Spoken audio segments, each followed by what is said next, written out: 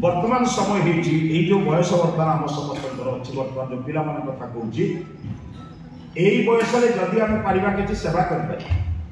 किसी सहयोग करिपरिबा किसी परोपकार करिपरिबा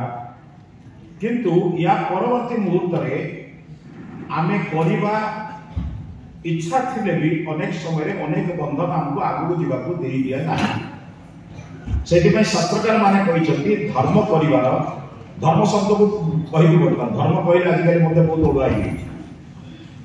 परोपकार परिवार जदि गोटे उपयुक्त समय थाए से होची युवक समय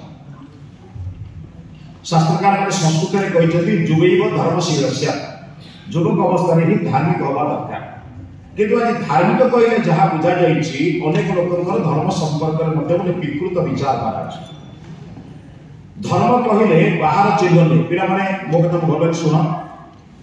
तापर तुम जहाँ प्रश्न आसो बालक मंदिर मस्जिद गिरजा उपवास अरुआ गेरुआ यह धर्म नुहे दया क्षमा परोपकार सेवा तितिक्षा अहिंसा सत्य अस्तेय ब्रह्मचर्य अपरिग्रह परोपकार दान सहनशीलता आदि को धर्म कहे बुझेगा बुझा कहले मुझे खाऊँ जहाँ कर्म मुझे अन्य को खुआई दौची घर तक ज्वर होती रोग होती मुझे खुआई दौची से मोर धर्म माँ टे निजे खाऊँ कर्म ता छुआ को लोरी गाई गीत गाई खुआई दौची से मार धर्म जड़े अध्यापक निर्दिष्ट विषय निजे घर पढ़ुंट कर्म से विषय पिला अत्यंत पुंखानुपुंख भाग में बुझाऊँ से अध्यापक धर्म